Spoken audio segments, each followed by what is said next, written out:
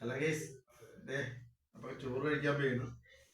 അതേ കറി ശീലാവ് കറിയുണ്ട്, പിന്നെ വറുത്ത മീനുണ്ട്, പിന്നെ അതേ മോരുണ്ട്, പച്ചമോരുണ്ട്, പിന്നെ വേറെ സ്പെഷ്യൽ എന്ന് പറഞ്ഞത് ഇതേ മിക്സറാണ് കേട്ടോ. ഇതേപോലുള്ള മിക്സർ അത് കുറച്ച് നേടുക.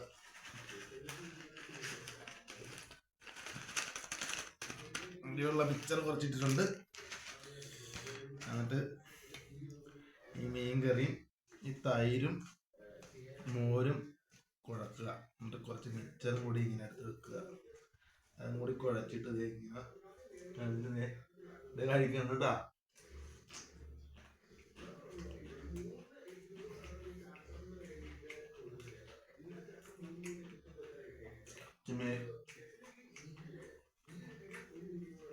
മിക്സർ എടുക്കുക.